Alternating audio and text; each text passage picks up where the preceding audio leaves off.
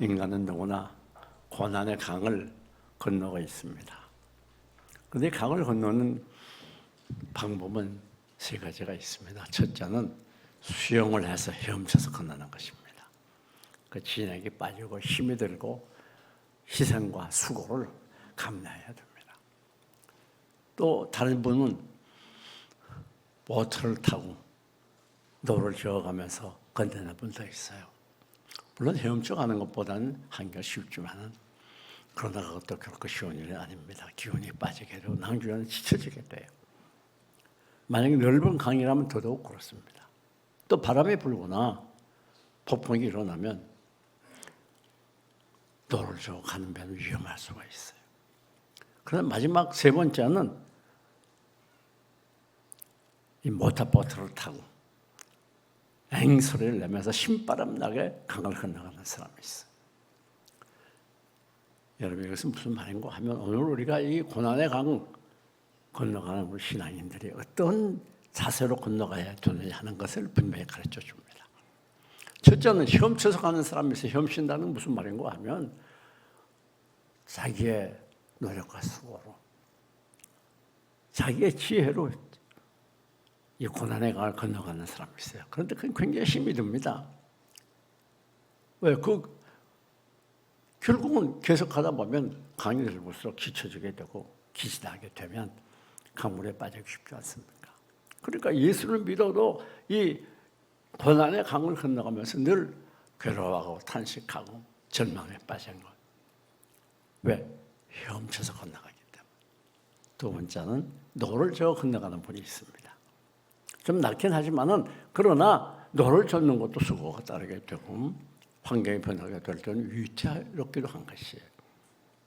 그 노가 뭡니까? 물질이라고 하는 노, 지위와 명예라고 하는 노, 세상에 좋은 것들을 의미하는 거예요. 근데 그런 것 가지고 우리가 이 고난의 강을 건너간다고 해서 무사할 리가 없는 거예요. 그것도 역시 역부족입니다. 노저는 배가 폭풍이 세게 불게 되면 물에 빠지게 되고 위태로운 것 사실입니다. 그것도 역시 인간의 수고와 노력이 있어야 돼요. 그러나 세 번째, 모터보트를 타고 강을 건너는 사람처럼 이 세상이 힘들고 고통스러워도 힘바람 나게 찬송하면서 감사하면서 기뻐하며 건너가는 사람이 있어요. 그 모터보트는 무엇이냐? 그건 바로 그 모터는 믿음이에요. 믿음의 엔진을 달고 그리고서 강을 건너가는 사람은 그 뭐 바람 좀 불고 그래도 문제 될 게 없어요. 특별히 고난을 해결하려고 노력하지 않아도 그 믿음의 엔진이 힘차게 강물을 헤치고 나가게 되는 거예요. 그런데 우리가 어떤 믿음이냐 오늘 본문에서 욥을 통해서 그걸 발견하게 돼요. 어떤 믿음을 가지면 우리들이 고난의 강을 재미있게 힘차게 즐기면서 건너갈 수 있는가? 그건 다른 게 아니라 오늘 본문 10절이 말해요. 하나님께서 욥의 공경을 물리쳤다. 그래서 공경을 돌이켰다. 돌이켰다는 말은 해방되다, 자유로웠다 그런 말이에요.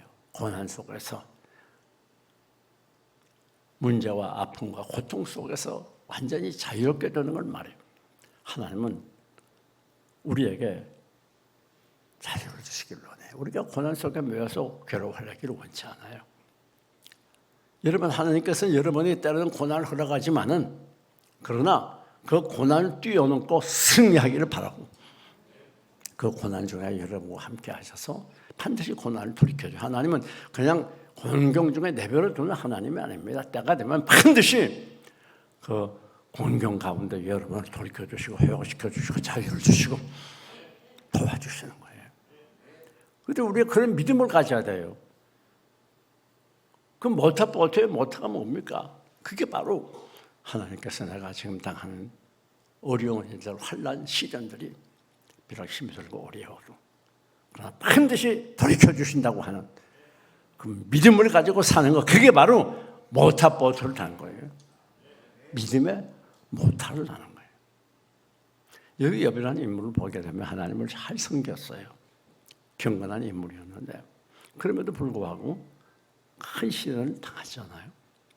10남에게 한꺼번에 죽게 되고 모든 재산 다 없어지고 가족들이 다 욥을 떠나기도 해요. 혼자 기아장으로 몸을 긁으면서 몸에서 구더기가 날 정도로 그렇게 고통스러운 삶을 이어가면서 그러나 욥은 결코 실망하지 않습니다. 하나님께서는 욥을 그 고난에서 돌이켜줘요. 오직하면 그가 내 가는 길을 아시니 나를 살려놔주신 후에 천금같이 나오리라. 이 욥은 욥기 23장 10절 말씀처럼 그 당한 힘든 고난이지만 반드시 내가 정금처럼 깨끗하고 견고한 믿음으로 나가기 위한 하나님의 사랑의 섭리라는 것을 100% 믿고 있었어요. 어느 고난에도 하나님의 계획과 목적이 있는 거지요. 자, 그러면 욥이 어떤 삶을 살아갈 때 그렇게 공경에서 돌이키고 회복시켜 주었던가? 그 첫째는 욥이 회개할 자입니다. 여러분 성경을 보게 되면 욥은 회개할 것이 없는 것처럼 보여요. 욥기 1장을 보니까 욥은 정직한 분이라 그래요. 정직하고. 그리고 욥은 완전했다고 그랬어요. 그리고 하나님을 경외하는 분이고 악에서 떠났다고 하나님께서 그렇게 인정을 하는 분이에요. 실제 욥의 삶을 보게 되면 욥이 고백한 내용들을 욥기에서 찾아보면 보통 경건한 분이 아니었어요. 우리가 쉬운 예로 10자매가 다 모여서 생일 잔치를 합니다. 그리고 잔치가 다 끝난 다음에 혹시 우리가 이렇게 즐거운 가운데서 범죄하지 않았겠나? 그게 염려가 돼가지고 하나님께 제사를 드리는 그럴 정도로 경건하고 깨끗하게 살았던 분이에요. 욥에게 찾아와가지고 무엇을 원하거나 도움을 받기를 원할 때는 한 번도 빠짐없이 도와줬어요. 그리고 여인을 보고 음욕을 품지 않았다. 얼마나 경건하게 사는지 모릅니다. 그러니까 저것도 외부로 볼 때는 욥이 그렇게 큰 시련을 당할 만한 죄가 없어 보여요. 그런데 욥은 계속해서 친구들이 와서 네가 지금 죄 때문에 그렇게 시련을 당하고 있어. 하나님 공의의 하나님이야. 그렇게 얘기할 때 욥은 계속해서 변명을 해요. 난 이렇게 어렵게 살았고 이렇게 행동했고 내가 이렇게 고난당할 만한 그런 죄를 범치 않았어. 계속 변명해요. 욥의 친구들이 여러 명이 와서 공격합니다. 얼마나 힘들었겠습니까? 그런데 하나님께서 욥에게 나타났어요. 그리고 욥이 죄인이라는 것을 알려줍니다. 이 욥이 하나님을 만나고 나서 뭐라고 고백을 하는 거예요? 지금까지는 자기가 가장 의롭게 경건하고 죄가 없는 줄 깨달았다가 하나님, 내가 지금 그전에는 하나님 귀로 듣기만 했지만 이제는 눈으로 봅니다. 내가 이 티끌과 죄 가운데에서 회개합니다. 회개하는 거예요. 그럴 때 하나님께서 욥의 공경을 돌이키시고 회복시켜 주셨어요. 여러분, 아니 아무것도 잘못한 게 없는 것 같은데 왜 죄가 있냐? 그것은요, 하나님 보실 때는 다 죄인이에요. 로마서 3장 10절을 보면 의인은 없나니 하나도 없다고 그래요. 우리가 생각할 때 내가 특별히 잘못한 게 없는 것 같아요. 오히려 우리가 열심히 주님을 섬기고 경외하고 믿음으로 살고 깨끗하게 살려고 노력했어요. 그럼에도 불구하고 왜 이렇게 이해할 수 없는 고난이 나에게 닥쳐오고 이렇게 계속해서 나를 힘들게 하는가? 여러분들이 혹은 의욕을 갖거나 낙심하기 쉽습니다. 그러나 여러분 낙심하면 안 됩니다. 왜 그런가 하면 비록 우리가 하나님께 열심히 믿고 신앙의 모범 생활을 했고 힘이 들어도 또 잘못한 것이 없는 것 같아도 내가 지금까지 이렇게 고난당할 만한 잘못한 게 있든 혹시 그렇게 생각할 수 있어도 그건 하나님 앞에서 볼 때는 죄인이에요. 그래서 우리가 시련 당할 때 내가 하나님께 지금까지 범한 죄가 없었던가 그걸 한번 찾아보는 거 그게 유익한 거예요. 왜 인간은 근본적으로 알게 모르게 죄를 범하게 돼 있어요. 여러분, 그런 놀라운 것은 하나님 우리가 죄를 회개하면 다 용납해 주시고 용서해 주시고 받아주신다는 거예요. 이사야 59장 1절을 보면 내가 손이 짧아 눈이 귀가 두나요? 너희 듣지 못하는 게 아니고 구원하지 못하는 게 아니야. 나와 너희가 죄악이 막혔기 때문에 너희를 돕지 못해. 그렇게 말씀하고 있어요. 하나님 우리가 죄를 내어놓고 회개하게 되면 다 용서해 주어요. 하나도 말하지는 안 돼. 이 나쁜 놈 그렇게 말하지 않습니다. 마치 탕자가 아버지의 품을 떠나서 멀리 이국에 가서 모든 재산 다 탕진하고 아버지께 돌아와요. 타국에서 재산 다 탕진하고 거지가 되어가지고 이 돼지의 박사에서 돼지와 더불어 살며 돼지가 먹는 쥐염려를 먹고 살던 이 당자가 이제 아버지께로 돌아오지 않습니까? 내가 하늘과 아버지께 죄를 범해 싸우니 이제는 아버지 아들이라 일컫지 마시고 분권의 하나를 써 주시옵소서. 우리 아버지는 조금 더 나무라지 않았어요. 이 녀석 어디 갔다 지금 와? 이 나쁜 놈 같으니라고 그렇게도 말하지 않았어요. 아이고 왜 이렇게 몸에서 냄새가 지어가냐? 그렇게도 하지 않았어요. 무조건 아무 말 하지 않냐고 냄새나는 아들을 끌어안고 그 더러운 입에 입을 맞추고 그리고 옷을 제일 좋은 옷으로 갈아입히고 손에 가락지를 끼우고 새 신발을 신게 하고 살찐 송아지를 잡아서 대잔치를 보내줍니다. 이게 우리 하나님의 사랑이에요. 우리가 회개하기만 하면 하나님은 다 용서해줘요. 무슨 죄를 보면야 어떤 나쁜 일이냐 그걸 보지 않아요. 죄의 경중에 관계없이 죄의 크기에 관계없이 우리 하나님 묻지 않고 다 용서해 줍니다. 우리 죄를 동에서가 먼 것 같이 우리 죄를 멀리 해주시고 하나님의 등 뒤에다 버리다 그랬어요. 보지도 않아요. 하나님 우리가 회개하면. 그리고 죄를 바닷속에 집어 던져 넣는다 그랬어요. 더 놀라운 사실은 우리가 회개하면 그 밑뼈가 어려우사 우리 죄를 다 용서해 주시고 우리 죄를 기억지도 않는다 그랬어요. 사람들은 비록 용서해 줘도 기억은 하잖아요. 보통 그렇잖아요. 저 사람이 나에게 이렇게 잘못했지 옛날에 다 용서해 주고 나쁜 감정이 없어도 기억은 하고 있는데 우리 하나님은 기억도 안 해요. 다 잊어버려요. 그리고 회개한 다음에는 모든 상황은 끝입니다. 하나님의 역사가 나타나게 되는 거예요. 놀라운 일이죠. 우리가 잘 아는 이 세계적인 문화 빅토르 유고의 이야기입니다. 빅토르 유고가 한때는 화랑방탕하고 술에 취하고 주정도 많이 하고 또 외도도 많이 했어요. 그래서 어느 날 외동딸이 세네강에서 죽은 시체로 발견됩니다. 그 옆에 유서가 있어요. 그 유서 내용은 우리 아버지가 이렇게 술 주정하고 외도를 많이 해요. 또 어머니를 압박하기 때문에 나는 이 세상에서 살고 싶지 않다 그러면서 죽었습니다. 여기에 큰 충격을 받은 이 빅토르 유고는 이게 내가 하나님께서 나에 대한 심판이야. 그리고 회개하고 자복하고 그 다음에는 공무원이 돼서 열심히 일하고 나중에는 교육부 장관까지 되고 그의 문학의 깊은 세계로 들어가면서 우리가 잘 아는 레미 제라블이라고 하는 그런 책도 기록하지 않습니까? 여러분 정말 우리가 회개할 때 나도 하나님의 복을 받게 되고 내 주위에 있는 사람에게도 좋은 영향을 미치게 되고 가는 곳마다 놀라운 기적을 체험하게 되는 것입니다. 오늘 이 시간에 우리 자신을 돌아보고 내가 과연 지금 하나님께 범한 죄가 무엇인가?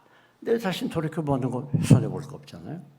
한번 다시 돌이켜보는 시간이 되고 또 우리들이 시험을 치면서 수용하면서 노를 지으면서 강을 건너는 게 아니라 고난의 강을 지나가다 이 믿음의 모터보드를 타고서 기뻐하고 즐거워하고 행복한 삶을 살아가는 여러분들이 되시기를 주님의 이름으로 축원합니다. 하나님 우리가 어떤 상황이 있든지 반드시 돌이켜주기를 원하고 때가 되면 하나님이 해결해 줘요. 그런데 여러분 다음 두 번째 어떻게 이와 같이 여러분 큰 공경에서 자유만을 얻고 복을 받았는가? 두 번째는 욥의 중보 기도에 있었습니다. 하나님께서 이제 그 욥의 친구들에게 나타나서 말씀하는 너희들이 말하는 걸 들어보니까 욥의 말보다 정당하지 못해. 욥의 말이 더 정당해. 그러니까 너희들이 이제 수양 7, 또 수소 7을 가지고 욥에게 가서 하나님께 제사를 드려. 그리고 욥에게 너희를 위해서 기도해달라고 그래. 그럼 내가 너희 죄를 용서해 주겠다. 그래가지고 어쩔 수 없이 수양 7, 수소 7을 가지고 욥에게 가서 제사를 드리고 욥이 중복 기도해서 그들이 죄 용서함 받고 또 아울러서 욥도 그 무서운 공경에서 돌이킴을 받는 놀라운 사실을 우리가 성경에서 발견하게 되는 거예요.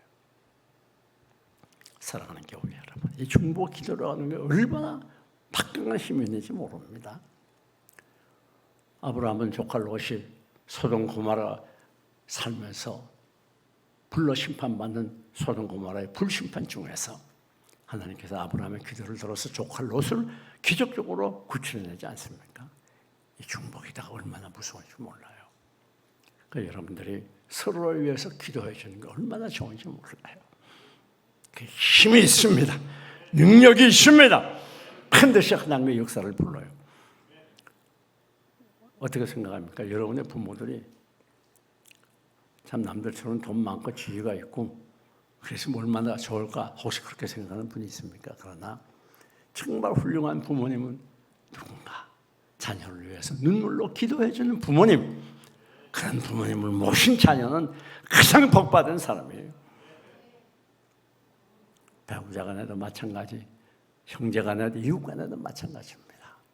나를 위해서 기도해 주는 사람이 내 옆에 있다고 하는 거, 그건 내게 가장 큰 힘이요 법이에요. 그건 나의 일생에 놀라운 기적을 가져오게 되는 것입니다.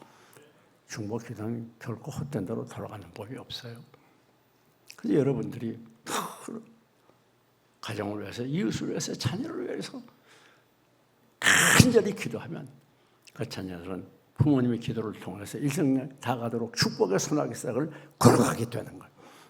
하나님은 문제를 해결해 주시고 여러분을 고통 중에서 돌이켜 주시고 공경을 돌이켜 주시고 다시 회복시켜 주는 것입니다. 다음 세 번째, 어떻게 공경을 돌이켜 주셨는가? 세 번째 중요한 것은 화목할 때 공경에서 돌이켜 주었어요. 자 보세요. 아니 지금 욥이 이렇게 아마 인류 역사 중에 욥처럼 큰 시련을 겪은 사람이 어디 있겠습니까? 한꺼번에 10자매 다 죽지. 그렇잖아요? 많은 자산 다 없어지고 그 부인까지 당신 하나님 욕하고 죽어. 저주하고 죽어. 부인까지 떠났어요. 종들도 다 떠났어요. 몸에 병까지 들어가지고 귀화장으로 몸을 벅벅 긁고 그게 구더기가 날 정도인데 얼마나 힘들었겠습니까? 그런데 여러분, 그 자기를 지금까지 와서 비난하는 그 친구들이 찾아와서 욥에게 용서를 빌 때 욥은 그들을 죄를 다 용서해주고 화목했어요. 쉬운 일이 아니죠. 왜? 아니 우리가 어려움 당하게 되면 와서 어떻게 해줘야 됩니까? 당연히 위로해주고 격려해주고 힘을 줘야 될 거 아니에요. 붙들어 줘야 될 거 아니에요. 넘어진 자리 가운데 일으켜줘야 될 거 아니에요. 그런데 욥의 친구는 그렇게 안 했어요. 계속 돌아가면서 비판을 합니다. 돌아가면서 내가 이렇게 범죄했고 잘못했으니까 하나님이 너를 징계했지. 회개해요. 그런 논리로 계속해서 욥을 공격하는 거예요. 여러분, 그런데 욥은 품었어요. 그들의 잘못을 안아줬어요. 그리고 용서해 주었어요. 그럴 때 하나님께서 욥을 공경해서 돌이켰어요. 마태복음 16장 19절을 보게 되면 너희가 누구든지 아무든지 어떤 일이든지 땅에서 매면 하늘에서 매고 땅에서 풀면 하늘에서 풀린다 그랬어요. 이 말이 무슨 말인가 하면 하나님과의 관계는 인간과의 관계고 인간과의 관계는 하나님과의 관계. 우리가 눈에 보이지만 하나님을 사랑한다면 어떻게 압니까? 모르지요. 그러나 그가 인간을 사람을 사랑하는 걸 보면 그걸 알 수가 있는 거예요. 사람을 미워하고 싸우고 그러면서 나 하나님을 사랑해. 이건 거짓말이에요. 땅에서 매이면 하나님께도 매이는 거예요. 여러분 땅에서 풀어버려요. 그리고 받아들여요. 용서해 주어요. 안아주어요. 그럴 때 하나님과의 관계도 풀려주고 하나님 놀라운 능력의 역사가 여러분 가운데 임해서 문제가 물러가게 되고 공경에서 돌이킴을 받고 회복되는 것입니다. 여러분 마태복음 5장 23절 25절 말씀을 보니까 너희가 제단에 예물을 드리다가 형제에게 원망 들 만한 일이 있으면 거기 먼저라고 그래요. 먼저 할 일이 있어. 하나님께 제사 드리기 전에 먼저 할 일이 있어. 그거 해결해야 돼. 그게 뭡니까? 원망 들 만한 일이 있는 사람은 다시 가서 그 형제와 화목하고 그 외에 와서 예물을 드려요. 이 말이 무슨 말입니까? 우리가 형제와 화목하지 못하고 딱 막혀가지고 하나님께 나와 예물 드리고 예배 드리고 하나님 받지 않는 사랑과 단절이 되면 하나님과 단절이 있다. 우리가 하나님과 단절이 돼도 어떻게 살자는 거예요? 그럼 하나님의 도우시며 단절되는 건데. 그러니까 우리가 사랑과 관계가 참 중요한 거예요. 사람과의 관계를 봐서 그 하나님과의 관계가 어떤 걸 알 수 있는 거예요. 눈에 보이는 형제를 미워하는 자가 어떻게 눈에 보이는 하나님을 사랑하겠느냐? 바로 그렇죠. 대인관계는 대신관계고 대신관계는 대인관계입니다. 그런데 여러분, 이 시간 우리가 잘 살펴봐야 돼. 내가 지금 어떤 형편이 내가 싫어하는 사람이 있지 않는가, 미워하는 사람이 있지 않는가. 어떤 사람은 한 달, 두 달, 1년, 2년, 3년까지 평생에 분가 빡! 들어서 가지고 장벽을 치고 있는 사람이 있어요. 이건 하나님 기뻐하잖아요. 그러면서 아무리 기도해봐야 그게 응답 안 됩니다. 착각하면 안 돼요. 우리가 성경을 보면 용서에 대한 그 용서에 가진 모범적인 케이스가 있잖아요. 요셉이지 않습니까? 요셉이 어릴 때 형들이 요셉을 애굽으로 팔았어요. 그 후에 요셉이 당한 고난은 이루 말할 수가 없었어요. 그렇게 귀하게 사랑받고 소중히 여기고 귀중히 여김을 받은 요셉이 갑작스럽게 애굽에 팔려가서 이국당에서 보디바의 집에서 죽노릇하고 그리고 또 부족해서 감옥까지 들어가요. 얼마나 힘들었겠습니까? 막 형님들 생각만 해도 이가 갈리지 않겠습니까? 이 형님들을 보자. 내가 반드시 원수를 갚으리라. 보통 사람 같으면 그게 정상이에요. 그런데 요셉의 형들에게 뭐라고 말합니까? 내가 하나님을 대신하리니까 이게 무슨 말인가 하면 요셉이 하나님 대신할 수 없다는 거예요. 즉 요셉이 원수 갚을 수 없다는 거예요. 그만 다시 말하면 하나님이 원수를 갚도록 하나님께 맡기는 거예요. 원수 갚는 것이 내게 있으니 내가 갚으리라. 하나님 말씀하지 않았습니까? 원수 갚는 건 내가 할 일이어야 돼요. 하나님이 하는 거예요. 하나님께 맡기는 거예요. 그리고 나는 용서하고 품어주면 하나님의 역사에서 그 원수를 반드시 갚아주는 거예요. 그 성경에 보여주는 원리입니다. 내가 갚으려고 막 서로 싸우고 미워하고 보복하려고 하지 말아요. 우리가 잘 참고 하나님께 맡기면 하나님이 그걸 해결해 주시는 것이에요. 네. 그 다음에 뭐라고 말하는 거 하면 나를 이리로 보낸 건 형들이 아니라 하나님께서 우리 민족 구원을 위해서 나를 먼저 이리로 보냈습니다. 형들이여 한탄하지 마소서, 두려워하지 마소서. 내가 당신과 당신의 자녀들 기르리이다. 정말 바다처럼 넓은 요셉이 아닙니까? 여러분, 요셉이 만약에 힘이 없고 형들이 더 힘이 있고 권리가 있는데 용서해 주는 건 그럴 수 있지만은 형들보다 요셉이 막강한 권력을 가지고 얼마든지 죽일 수 있는 그런 상황에서 용서하는 건 쉬운 게 아니잖아요. 이 요셉은 형들을 보지 아니하고 하나님을 봤어요. 나를 이렇게 보낸 건 형들이 아니야. 하나님께서 우리 민족을 구원하기 위해서 나를 먼저 보냈어. 멋지지 않습니까? 여러분, 우리가 세상 살다 보면 부부간에 이웃간에 형제나 부모 자매나 할 거 없어요. 나를 힘들게 하는 사람이 반드시 있습니다. 어디 가도 다 죄인데 제가 부족하기 때문에 아무리 은혜롭고 좋은 교회도 그런 사람 나 있기 마련이에요. 물론 우리 교회는 없습니다. 아직까지는 없어요. 그런데 그럴 때 우리가 그 사람을 상대로 해서는 저 사람이 나에게 이렇게 하니까 하고 미워하고 같이 공격하고 싸우고 그러지 말란 말이에요. 인간을 상대하지 말고 사람이 나를 힘들게 하고 이유 없이 멸시하고 짓밟을 때 하나님을 상대해서 사람 보지 말고 하나님을 봐야 돼.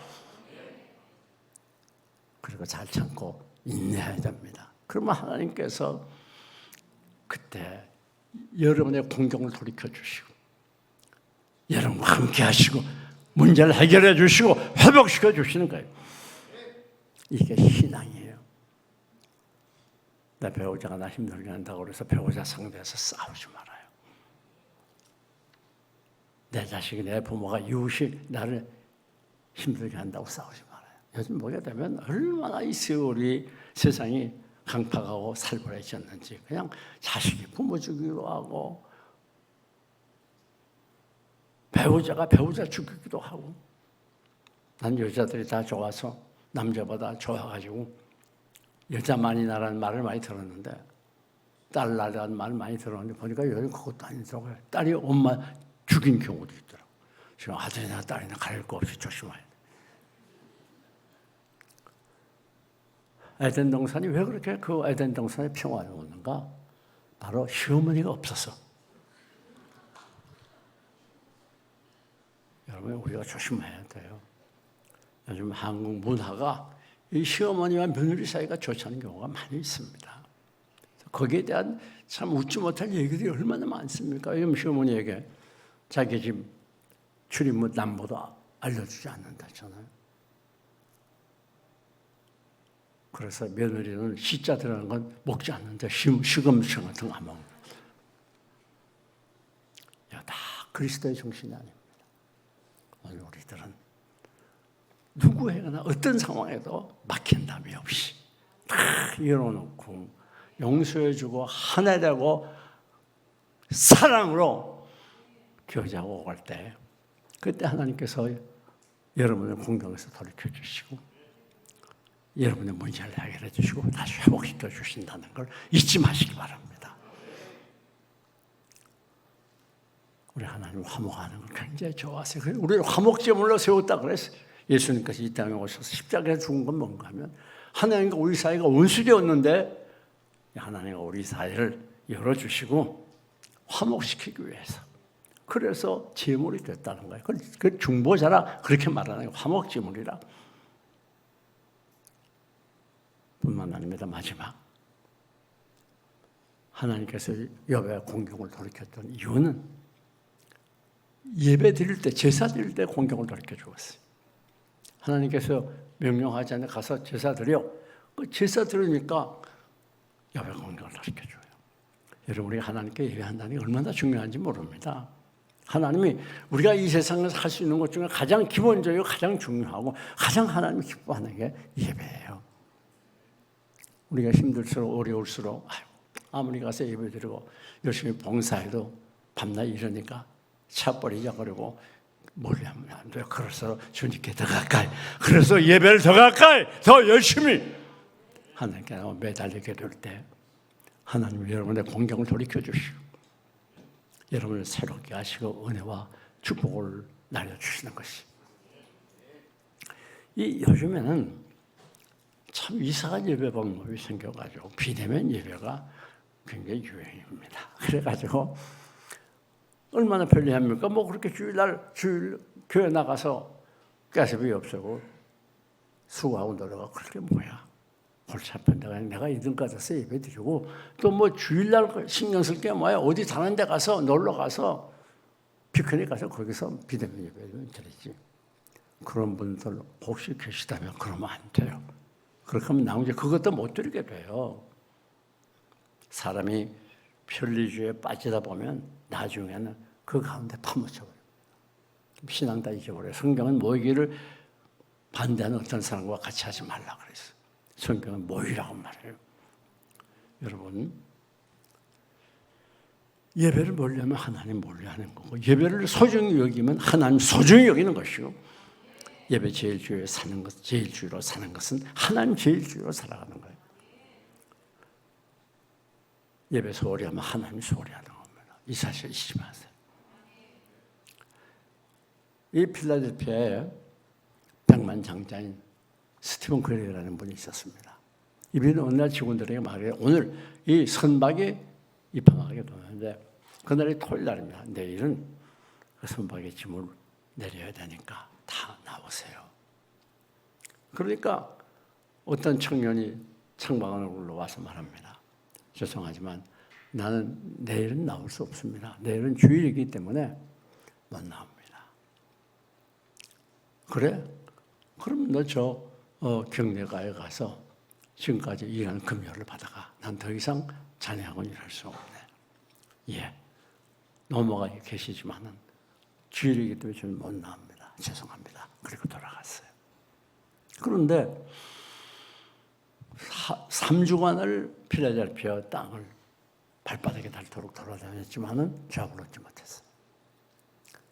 그러던 어느 날 이 스티븐 그레이시에게 전화가 옵니다. 누군가 하면 필라델피아 은행 총재였어요. 자, 내가 은행을 하나 새로 시작을 하면서 사람이 필요한데 한 사람을 소개해달라고. 이 사람이 엉뚱하게 그 청년을 소개해 주는 거예요. 아니, 그 청년 자네가 해고시키지 않았나? 예, 주일날 못 나간다고 계속 해고시켰습니다. 그런데 왜 나한테 소개하는가? 은행에 중요한 이 돈을 지급하려고 하면 형편에 따라 이리저리 변하는 사람이 안 되고 자기의 신념과 그 원리대로 변찮고 살아가는 사람이 필요합니다. 그래가지고 그 은행에 가서 전보다 더 좋은 위치에서 살아가자고 하는 이야기가 있어요. 어떤 경우에도 주의를 범하면 됩니다.